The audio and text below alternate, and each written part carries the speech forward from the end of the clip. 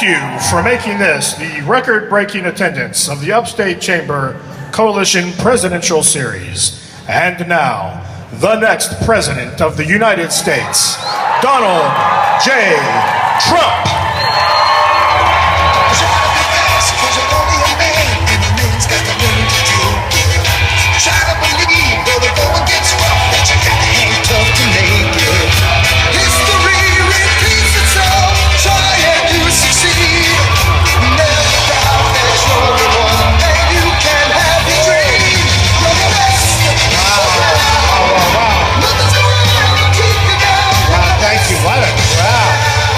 What a group.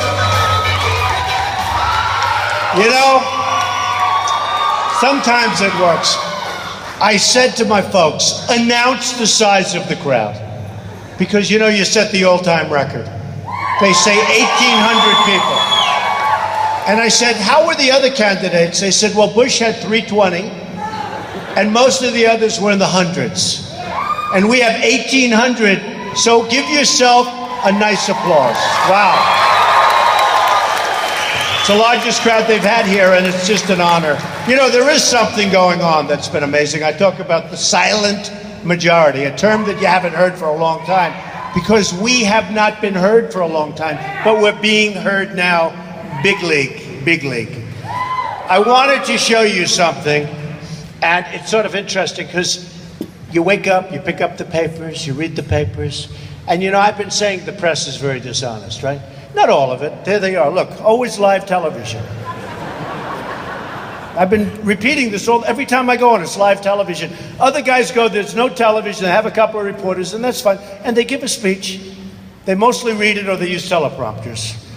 And that way you don't get yourself in trouble. There is something about it, right?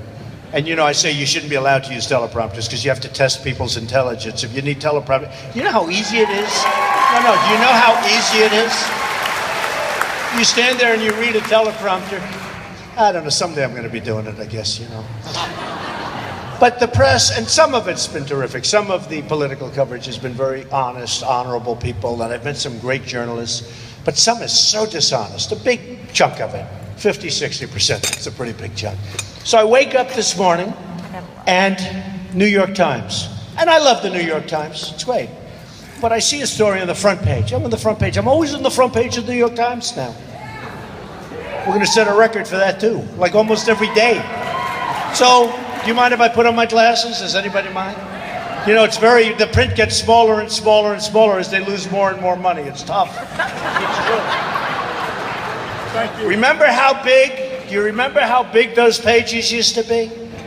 Now it's supposed to be like a tabloid, you know, read it this way. But these things used to be massive, now they're not so big. But it's still the New York Times. And we still love the New York Times. It's a different bent. Editorially, they kill us all. They don't agree with us, but that's okay. So I pick up, Trump gets earful in Spanish as Latino outlets air disdain. And I'm just saying, what does that mean?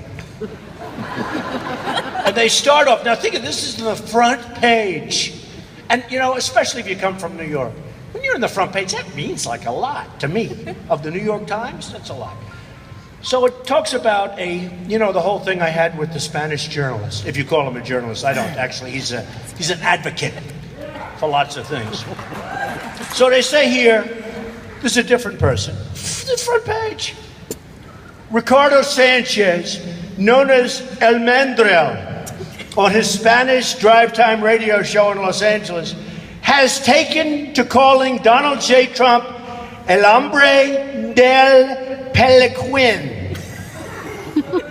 In other words, the man of the toupee. This is on the front page of New York Times. I don't wear a toupee. It's my hair. I swear. Come here. We're gonna settle this. You know, Barbara Walters did it. Barbara Walters named me the most whatever it is of the year. Just come on up here. They're gonna let you. You have to do an inspection here. This is getting crazy. This is great. Just real quick. We don't want to mess it up too much because I do use hairspray. Come.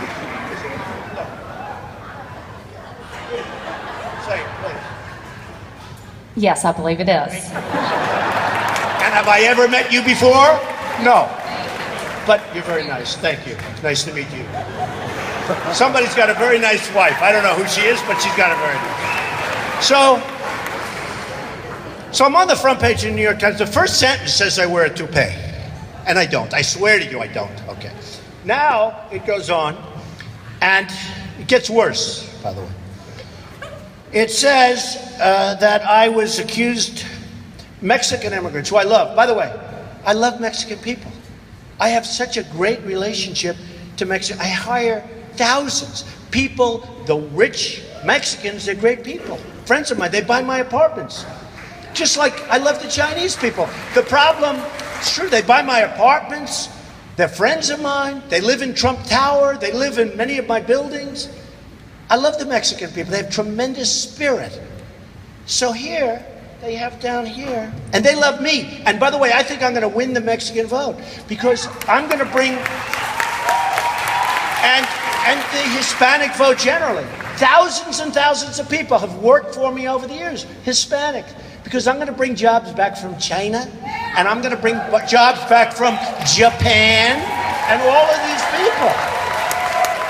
So now, no, it gets worse. Don't worry. Trump, who has dismissed some Mexican immigrants, listen to this, as rapists and criminals, or simply put, as Hitler. Do you believe? Now, the Hitler one I've never heard until this morning when I woke up. I'm not a fan of Hitler. So now they just added the rapist, now they've just added Hitler into it. So then, which is all false, by the way, and they know it. And by the way, the Hispanics that are in the country legally, they love me. They're saying, we don't want people pouring through the border. We don't want that, Mr. Trump. We have a great relationship. So now they talk about this gentleman, Mr. Trump, Spanish language news media. He announced his candidacy in June, boiled over on Tuesday at a news conference in Iowa, which was an amazing event. You know, I made my best speech the other night in Iowa. And it was live on all the networks, but nobody talked about it because I had this guy getting up and ranting and raving like a lunatic, and that was all they covered. They didn't cover my speech. It was the best speech I've ever made. That's my opinion. It's true. They kept covering this maniac. In Iowa, when the candidate, that's me, erupted, when I erupted, I never erupted. He erupted. Front page, New York Times. When the candidate erupted at Jorge Ramos, the main news anchor at Univision, who, by the way, I'm suing for $500 million. No, I'm suing them. They broke a contract. You know, I'm really good at contracts. If you're a golfer, you know what a +5 is? That's really good. That's like Tiger or Jack in their prime. +5, I'm +5 at contracts. Okay, so I'm suing them. They're not happy. When he tried to ask a question without being called on. So they have me erupting. All I was doing is standing there saying, no. Because CBS was asking a question at the time. The room was packed. It was absolutely packed. It was packed with reporters. And it was a news conference. So I'm standing there and I'm saying, okay, go ahead. Then all of a sudden this guy gets up, starts screaming at the top of his lungs. And it was unfair to the other reporters, and most of them have reported that. And I said, listen, you're going to have to stop because I haven't called on you yet. And he wouldn't stop. And it wasn't questions. He was making statements. You all saw it. The problem is the media doesn't cover it that way. So here they have front page of the New York Times that I erupted. I never erupted. I never even raised my voice. In fact, much of the media, the fair media, even some of the liberal media said I really handled the situation well. Can you believe it? I was shocked. So, but now I'm on the front page of the New York Times saying, number one, I wear a toupee, and number two, I erupted at this guy, and number three, they said Hitler. I don't like that. Okay? So the news media here, you can have it. Anybody want it? By the way, there's more in there, but I don't want to report it. I'm just showing the stuff on the front page. I don't have to go back to page 11. That's really bad. So it's an amazing thing what happens with the news, with the media. And again, some is really good and some is really accurate, and a lot of it's not, and it's too bad. But we have a country that's in serious trouble. We don't have victories anymore. We used to have victories. And you know, one of the things that I've been most honored about is when I ran and when I decided to run. Nobody thought I was going to run. They said, he's got this great life. He's built this great company. Now, a lot of people said I wouldn't run because I'd never report my financials because people thought that I was richer than I might have been. But then I reported and they said, actually, he's much, much richer than we ever thought. Can you believe it? They didn't know I wanted to report my financials. I might have reported them if I didn't run. I might have been the only person in history that reports his financials and says, I'm not running, but I'm reporting. Because I like it. I'm proud of the company. I built this incredible company. But you remember? Do you remember they said very strongly, they said, he'll never run. The talking heads. You know, they get paid like $500,000 a year. A lot of these guys on Fox, on CNN, talking heads. They're not very smart guys. They think they're smart, but they're not. And I won't mention names because some are actually coming around. I'm not going to mention names. You know, I've insulted some of them so badly, there's no way they can ever come to my side. The things I've said about certain of them. But a couple of them have come like full circle. They think it's a phenomenon. One of them, the people who was killing me, yesterday was saying, Donald Trump is a phenomenon. I almost fell off my chair when I heard this. Because what we've done has been amazing. And it's not me, there's a movement going on. This is not like a normal, you know, when you see Bush at 300 people and they're happy, and we have 17 or 1,800 people, and it's just such, there's something happening. There's something happening.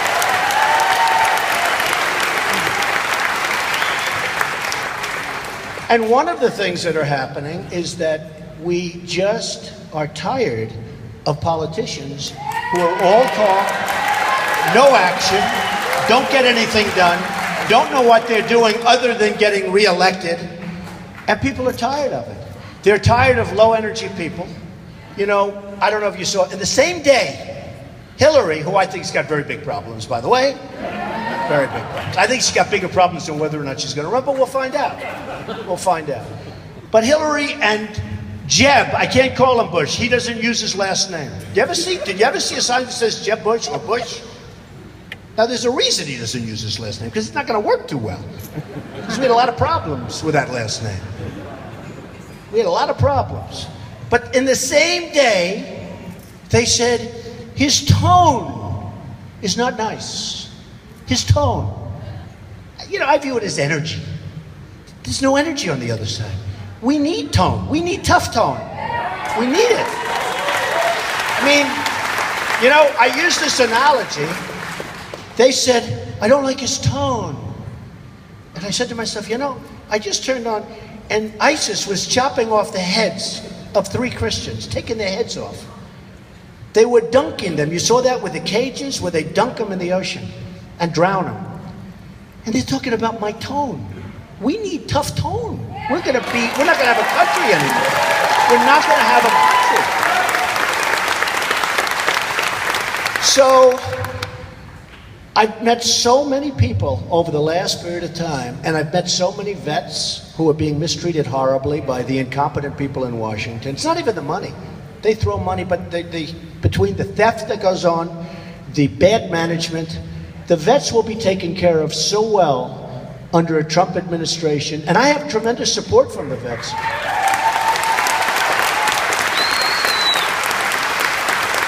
They actually did a poll where it was Donald Trump to the vets, Donald Trump against a very well-known senator. Who do you like better? I blew him away. I blew him away. And the reason is, for many, many years, these people, they're in Washington, and they talk and talk and talk, and nothing happens. You know, 2 weeks ago on Wednesday, the vets had the longest wait in the history of the Veterans Administration, meaning in a waiting room. I go to a doctor, if I have to wait like 12 seconds, I even say, come to my apartment. Can you do that? You know, I try and get away with that. You know, remember the old days where they'd actually go to your house? With my mother. If you weren't feeling well, doctor, could you come over? And he'd come with a little satchel, right? You remember? We don't have that anymore. But, you know, if I had to wait like 10 seconds, I'd go nuts. These people are waiting 5 and 6 days just to see the doctor. They had one instance where he waited 5 days. When he got to the doctor said, I'm sorry, I'm going on vacation for 2 weeks. Can you come back? He was sick. And you know, a lot of this is stuff that a pill can take care of, or a little incision can take care of, or something can take care of very quickly. You know, where it goes away. And they have to live with it. And it's unfair. And it's incompetent. It's incompetent management. And it's not the money, because they spend tremendous money. They spend tremendous money.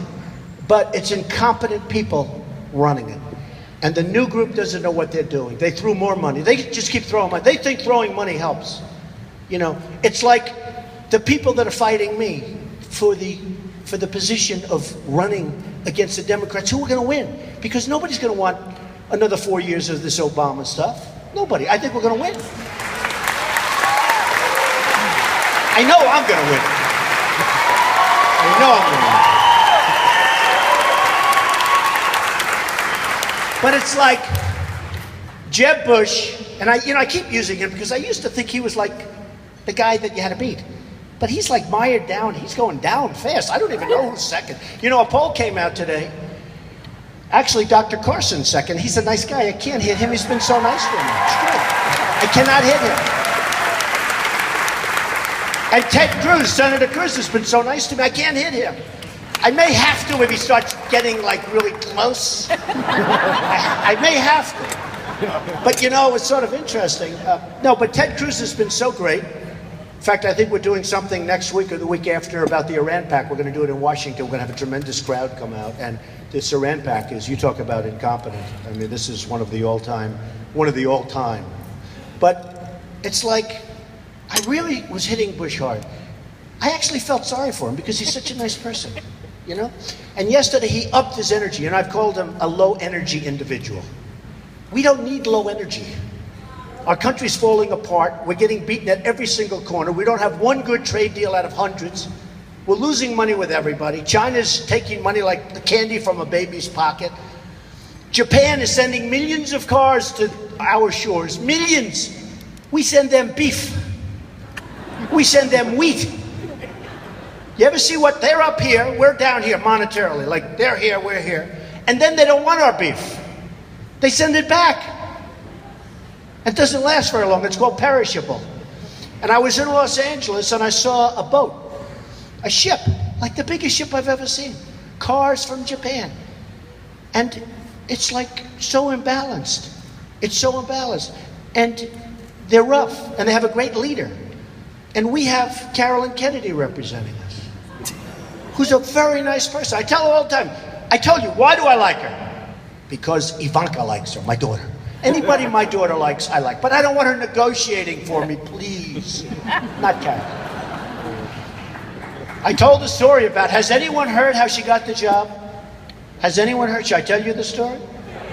So it was on 60 Minutes. And it was actually very accurately portrayed because I told the story once before. And it was very accurately portrayed. Carolyn Kennedy went to the White House. And she said, you know, nicely, but meekly, I'd like a job. And they said, oh, that's good. What would you like to do? Oh, do you have anything? Well, how would you like to be the ambassador to Japan? She went, really? This was on 60 Minutes. I'm telling you, it's very close. Because all those live cameras back there, they're going to test me. You know, I can't even exaggerate anymore. It's true. They're testing me all the time.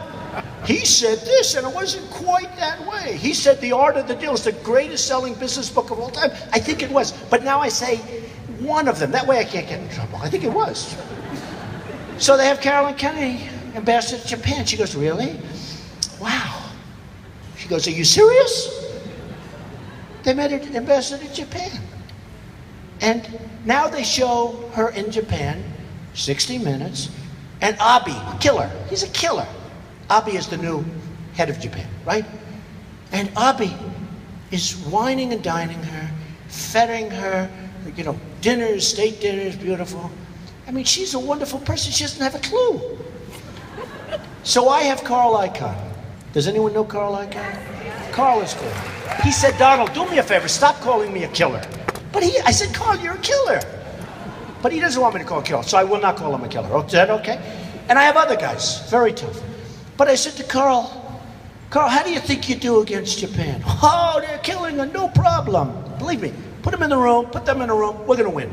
All right? No problem. But we're not going to win with Carolyn Kennedy. We're not going to win. The first thing I say is, if they're selling trillions and we're doing down here like peanuts, it's got to equalize, folks. What kind of a deal is this? China's worse. I love China. I love the people of China. I love, just like in Mexico, I love the people. The problem with Mexico, with China, with Japan, their leaders are much smarter than our leaders, like to a point of no return. We're getting killed. It's hard to believe.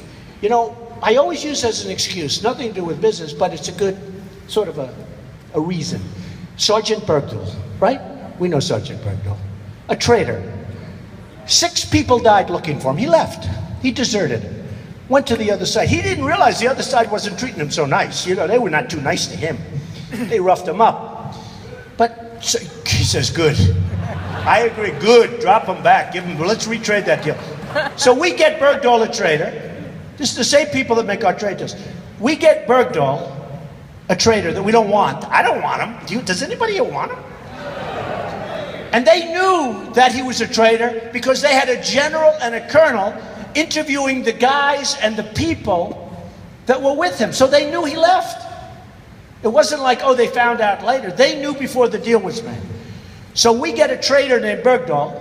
6 people died trying to find him. We get him. They get 5 killers that they've wanted for 10 years. They were released, and now they're on the battlefield trying to kill everybody, including us. This is the kind of deals we make. Now you tell me what's going on with our thinking, what's going on with our country. We're not going to have a country soon. So we're going to have, if I win, the greatest people in the world, and I know them all. You know, I come from New York. I really deal like at this really high level. I built this incredible company. They said, income over 400 million a year. Do you believe that? What the hell do I want money for? They said, oh, do you think he'll want to raise money for his campaign? What the hell do I need money for? It's ridiculous. I never thought I was going to make this kind of money. No, I never thought I was going to make. No, it's true. They have a line called income. And I think it says between like $350 and $600 million a year. I said, well, that's a lot of money. I didn't even know I made that much money. That's a lot of money. I said to my accountant people, they said, yeah, you do really well, Mr. Trump. But you know, when I see these guys raising money, and I was the king, nobody was better than me. Don't forget, when I'm sort of an outsider now because I ran, because I'm not supposed to be running. It's supposed to be these politicians. They run professionally. They're professional runners. They run. They lose. They win. They keep running. They run. Oh, who cares? With us, it takes guts. You know, business people, it takes guts to run for office. It takes guts. A lot of people said, you'll never run. Everybody was saying, I'll never run.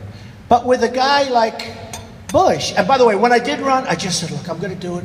I just saw such stupid things. You turn on, you read the papers, you see, oh, how could this be happening? It's so easy. It's so easy. We're so stupid. How could it be happening? And I told my wife, I'm just going to do it. And you know what I did the morning that I announced, which was a great announcement, because I brought up illegal immigration, and I got killed for 2 weeks. They wouldn't even be talking about immigration had I not made that statement. It's true. You wouldn't be talking about it. So true. And it's far worse than what I thought. And, oh, did I get killed? Rush Limbaugh said, I have never seen a human being receive more incoming. I hadn't heard that. Incoming, meaning press. And I did. I was just being decimated. People said, can you apologize? I said, I can't do that because I know I'm right. I know I'm right. And I talked about the crime, and I talked about the problems with illegal immigration, and I talked about these things. And people, all of a sudden, you had the horrible tragedy of Kate in San Francisco, and you had many other tragedies. Even the other night, last week, a woman from California, 66 years old, raped, sodomized, tortured, and killed by an illegal immigrant. She was a veteran, by the way. 66-year-old woman, raped, sodomized, tortured, and killed. And that was in last week. And there's many of these instances. So I say, we have to do something. We can't have weak people anymore. We just can't. Somebody said Trump doesn't have the temperament. I have the perfect temperament. I built this great company. Perfect temperament. I have the right temperament. In fact, I went for a physical because somebody would say, oh, did you take a physical? Well, I feel like I'm in good shape, but you got to be careful. And the doctor said, I don't know, 110 blood pressure, like 110. The doctor said, you have the blood pressure of a great athlete. This is impossible. I have really low blood pressure. Can you imagine if I had high blood pressure? Would I be in trouble? I wouldn't be here. I would have exploded someplace about 20 years ago. It's true. No, I have low blood pressure. Nobody believes I have low blood pressure. I have great temperament. And you need great temperament. But you know the other thing that you need, and I thought it was so important. Somebody said to me, it was a great compliment, one of the great business guys said, Trump is the most unpredictable guy I've ever. That's what we need. We need some unpredictability. We really do. And this business guy, who's a tough cookie, he said it as a compliment. He said, he's so unpredictable, we never know which way to go. We need unpredictability. We're so predictable. We're like bad checker players, and we're playing against Putin, who I would get along with great. I would get along with Putin. You see, we're sending planes over. We're sending boats over. Why isn't Germany helping? Why aren't the European countries? We're talking about the Ukraine. I feel very strongly about the Ukraine. It's great. But why do we have to be in the lead all the time? So we got that. We're fighting. They're showing these gorgeous brand new F-22s. That's the newest, the best.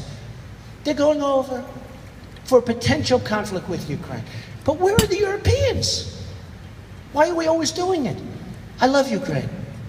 I love Ukraine. But why do we always have to be like? Now, we have in North Korea, the guy's acting up again. Every 6-7 months he starts to act up. Okay? Now, 2 weeks ago, I ordered 4,000 television sets. They all come from South Korea. They're making a fortune. I don't know if anybody here, does anybody make television sets? I swear, pay more money. They don't even make them in the United States anymore. Does anybody make television sets? You know what I mean. Samsung, LG, all of them. They all come from South Korea. I paid a fortune. They gave me a pretty good price, actually. Got the nice one, with a nice round screen, beautiful. 4,000, that's a big order for a big job. And so I ordered all these televisions, and I said, boy, I paid a lot of money. And then you look at the balance between the United States and South Korea, they're killing us. China, you see the deficit that we have with China? I mean, if you had a business that lost money every year, you'd close it, right? You'd do something. We have a deficit with China. I won't even say the number. It's so ridiculous. It's massive. We have rebuilt China. And again, I have the largest bank in the world as my tenant from China. And they just renewed their lease. I said, are you sure you want to renew your lease in my building? Oh, we love you, Mr. Trump. They love me. Because they're smart. They know I'm telling the truth. They actually just renewed their lease for 10 years. But the largest in the world. So large, they consider Citibank a small subsidiary. I said, how does Citibank compare? They look at me like, Citibank? That's like nothing. These are massive, massive, powerful banks. And they can't believe they're getting away with what they're getting away with. They just can't believe it. So we can straighten this out. We need great business minds. There are minds in this room that could do a fantastic job. A fantastic job. But when you look at what China has done, and I said it the other day and I thought it was very good, the greatest theft in the history of the United States and perhaps the world. That's the money that China has taken from the United States and rebuilt itself. Greatest theft, think of it. That's a pretty big statement, right? Greatest theft in the history of the United States, perhaps the world. Now, that's not only the money, that's the money and the jobs and everything else. So again, I respect China. Great, great, great respect. In fact, the Chinese leader is coming over here next week. We'll give him a great dinner. We'll celebrate him. You don't do that to people that are, let's have lunch. You don't need these big state dinners. You don't need them. They probably leave and they say, what a bunch of dopes. Can you believe the way they try? Look. So, again, whether it's Japan or Mexico or China, I love them. I just wish our leaders were smart. I know the greatest negotiators in the world. Some are overrated that you heard of. Some are underrated. Some you never heard of. I know the best. Like Carl Icahn's one of the best. If I put Carl in charge of Japan, Carl, handle Japan trade deals. It's over. Just walk away. Let them on the wrong. Oh, forget it. They even know that they don't have a chance, okay? It's over. And if I put another person, you understand, okay? Not Carolyn Kennedy. I love her. Not Carolyn. I said at one of the groups, I said, you know, the people I'm talking about are not nice people. They're vicious, horrible, miserable human beings. But they're the greatest negotiators in the world. And I said to the audience, do you care? And they gave me a standing ovation. They said, we love them. I said, you'll never have dinner with them? They think horribly of you?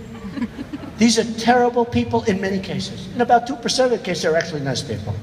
But who cares?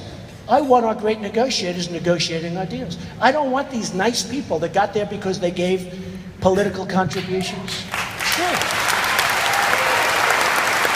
They got there because they got friendships. I want the best and the brightest and the smartest, because that's what we're dealing with. In China, they are so smart. What they've done to their currency is so brilliant.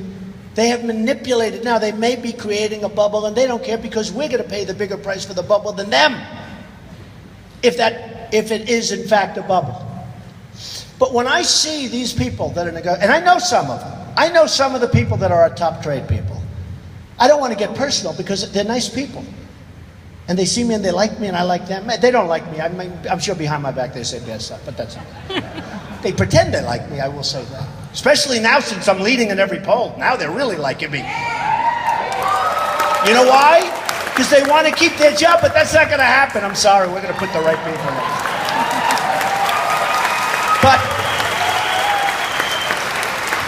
But when I look at Jeb Bush, who raised $125 million. Now, I used to be one of those people.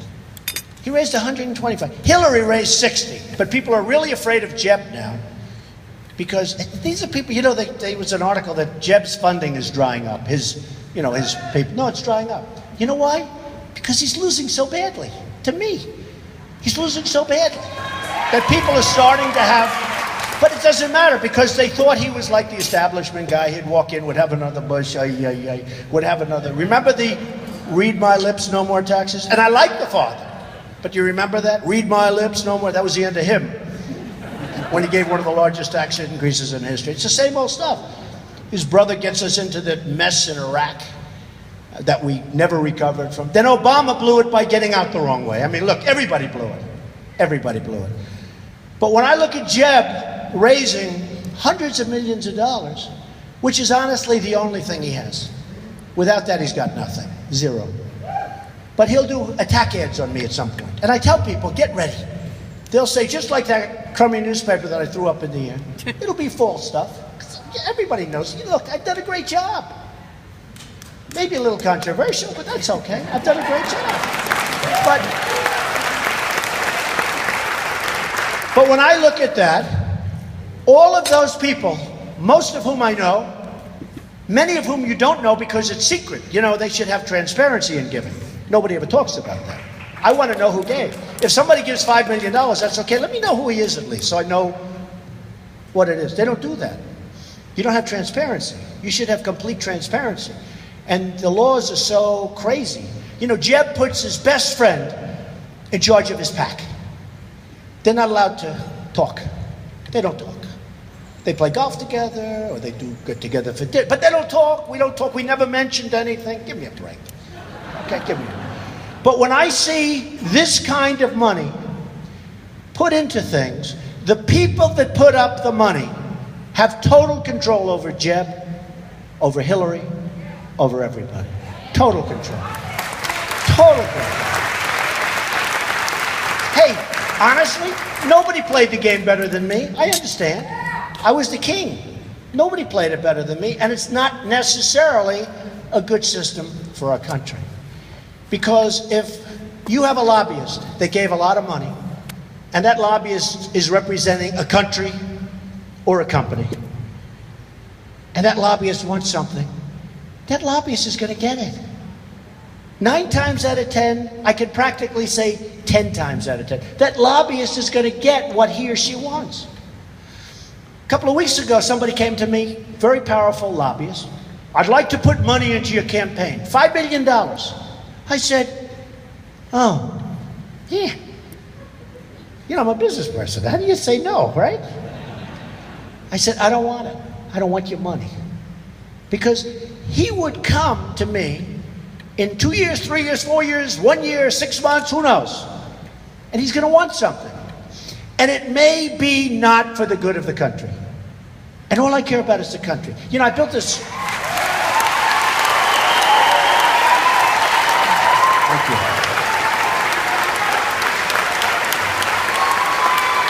Thank you.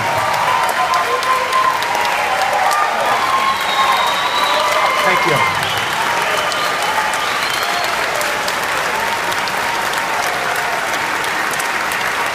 Thank you.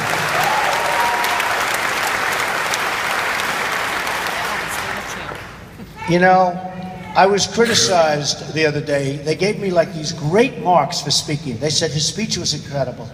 But the one flaw is that he speaks through his applause. In other words, when people get up, so that's why I waited a little while. I'm trying to. But they say his one flaw, his speaking, but they like the way I use my hands. Can you believe it? I don't know. No, it's true. They say, oh, he uses his hands so well. I say, really? Okay. But the one flaw, they said, is he speaks through his applause. And then I realized I have to, because I don't have the patience to wait. Does that make sense? I have so much to say. I'm thinking about so many things. And I have so much to say, I don't really have the patience. So excuse me if I speak through the applause. The hell with it. I don't want to change.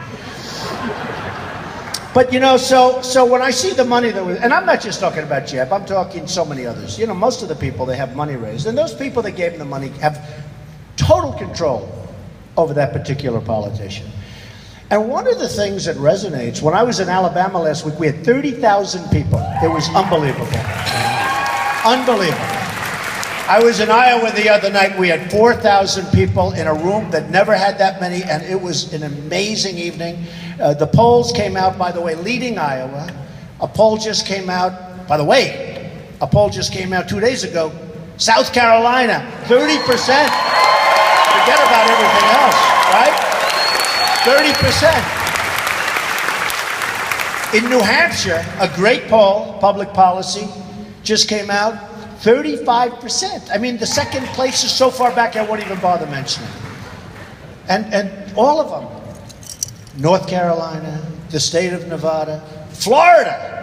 In Florida, I'm leading the governor and the senator by a lot. Can you believe that one? Now, I love Florida.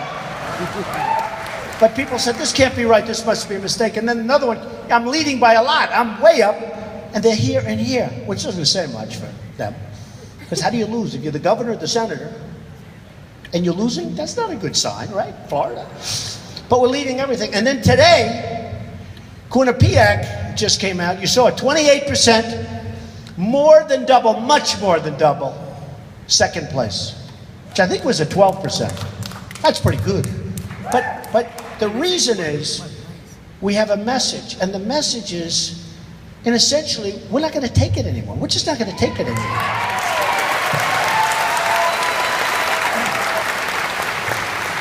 So, a couple of weeks ago, we came out with our immigration plan, and it's honestly been met with, I know you've heard, you know, very controversial and all, but generally speaking, it's been met with tremendous applause. People are tired of what's happening. And part of the plan is a wall. And I was criticized. You can't build a wall. How can you? You're right. She's obviously in the building real estate business, right? Stand up. Are you in the real estate business? And you know what can Trump build a wall? And it's going to be so beautiful. Because someday when I'm no longer around, they'll call it the Trump wall. It's got to be the greatest wall. It's got to be the greatest. Thank you, darling. So, I heard so much about you can't build a wall. So here's the story. The wall that they have now is like this. Did you ever see it where they're doing like, they buy a ladder at Home Depot, they're over the wall. This is not the kind of wall. Not the, I'm probably talking about 50 or 60 foot precast panels. Bing. People aren't getting over my wall. And they're not going under it. You know, then they say, oh, they'll go under. Well, you can't, because with X-ray equipment, you can't go under. You see it right away. All right? But people don't go over my wall. You can go so. You ever see plank that's laid like for highways where they cross highways? It's concrete plank. It's precast. I'm so good at this. That's actually the thing I'm best at. Hey, isn't that good to have a president that's really good at construction when we have to build our country, rebuild it, our infrastructure? We have our highways are crumbling, our bridges are crumbling, our airports are third world. I went to Dubai. They have an airport, the most beautiful thing I've ever seen. Most beautiful. I went to Qatar. They have an airport, most beautiful I've ever seen. In fact, one of the top people in Qatar was showing me the airport. Oh, Mr. Trump, and then we have this, then we have that. And I'm going like, I'm thinking about LaGuardia. Oh, yeah. You know, they have terrazzo floors, no marble. They have terrazzo floors. And when it breaks, it's 40 years old. When it breaks, they use asphalt, black asphalt on a white floor. Fill it up with asphalt. And you walk, this is in the terminal. So, you know, I'm used to that. So this guy's showing me, a wonderful guy, showing me the airport in Qatar, which they say Qatar. I've always said Qatar, so what the hell. I don't care if I mispronounce it, doesn't matter. I've always said Qatar. So we're in Qatar, and he's showing me this gorgeous airport, most beautiful thing I've ever seen. I said, this is the most beautiful airport I've ever seen. He goes, no, Mr. Trump, no. This is just temporary. The new airport is being, and I look at the crowd, there's like 70 cranes on the other side, 2 miles away. I say, what is that? That's our new terminal, Mr. Trump. This gets knocked down after that's complete. They knocked it down. And it was beautiful. And this is what we have. We have third world. Go to LAX, LaGuardia, Kennedy, Newark, any of them. We're like third world. And they're building things in Japan and in China. You've never seen anything like that. Parts of the Middle East that haven't blown up yet, by the way. Those parts that haven't blown up. So we have a chance to be truly great again. Truly great again. Truly great. I don't mean a little bit. Truly great. We have a chance to be as good as ever, if not better, believe it or not. We have to take care of our people. We have to build up our military stronger than ever before so we don't have to use it. So we don't have to use it. I don't want to use it. Don't forget, I am the only candidate, and I'm the most militaristic person you're ever going to, worse than anybody in this room. But you got to use it right, or don't use it at all. Don't use it at all if we can. There's no fear factor. How about we send 2,300 Humvees, armor-plated, beautiful, the best in the world, to our allies in the Middle East, right? You heard about this one. This is, I don't mean 23, I don't mean 2. I mean 2,300. The most expensive. You know, they were being blown up, and our boys and ladies are losing their legs and their arms because they didn't have the armor and all that.